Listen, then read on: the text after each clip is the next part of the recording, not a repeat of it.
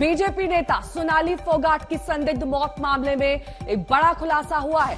दरअसल आज तक को मिली जानकारी के मुताबिक पूछताछ के दौरान सोनाली फोगाट के पीए सुधीर पाल सांगवान ने यह कहते हुए अपराध कबूल किया कि गोवा पहुंचने के बाद उसने सुखविंदर सिंह के साथ सोनाली फोगाट को पार्टी करने के बहाने गोवा के अंजुना बीच में कर्ली रेस्टोरेंट ले गए।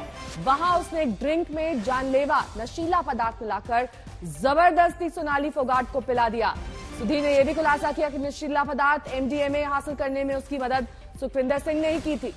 पूछताछ के दौरान सुखविंदर सिंह ने भी ये बात कबूल कर ली है। खुलासे के मुताबिक ड्रिंक के बाद रेस्टोरेंट में सोनाली की तबीयत खराब हुई। सुधीर सांगवान और सुखविंदर सिंह उन्हें होटल ग्रैंड लियोनी रिजॉर्ट ले गए। अरविंद ओझा मेरे सहयोगी इस वक्त तमाम जानकारी के साथ सीधे गोवा से जुड़ गए हैं। अरविंद, आप इस पूरे मामले को ट्रैक कर रहे हैं। अब तो आरोपियों ने खुद गुनाह की बात कबूल ली है। इस पूरे मामले में यह बड़ा खुलासा सामने आया है कि नशीला पदार्थ जबरदस्ती दिया गया, लेकिन उसके बाद की घटना के लिए किस तरह के सबूत मौजूद हैं? देखिए, मैं सबसे पहले बताऊं, आज तक के पास पूरा कबूलनामा मौजूद है।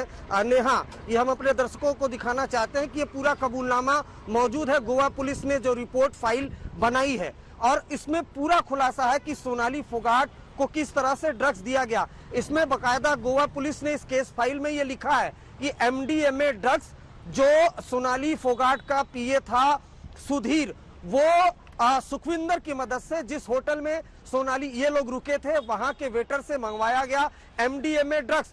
तकरीबन 2 ग्राम से ज्यादा एमडीएमए ड्रग्स 2-2 किस्त में मंगाई गई और उसको लिक्विड में, बोतल में जो लिक्विड था उसमें एमडीएमए को ड्रग्स को मिक्स किया गया और उसके बाद सोनाली फोगाट को वो ड्रग्स बोतल के जरिए दिया गया।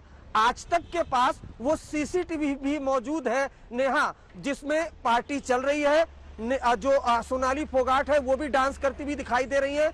उनके साथ मौजूद है वो आरोपी सुधीर, जो उस बोतल से कुछ न कुछ पिलाता दिखाई दे रहा है।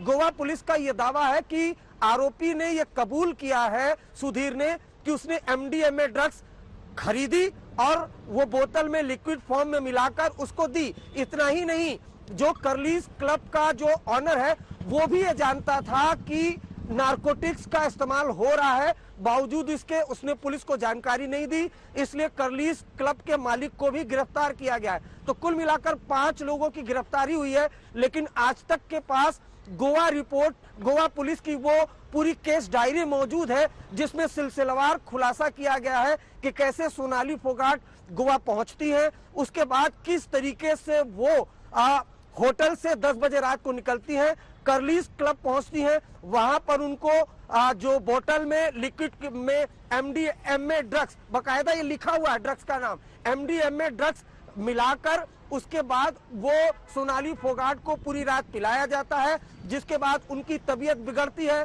और उसके बाद उनकी मौत हो जाती है। क्या किसी शारीरिक शोषण की भी बात सामने आई है? पास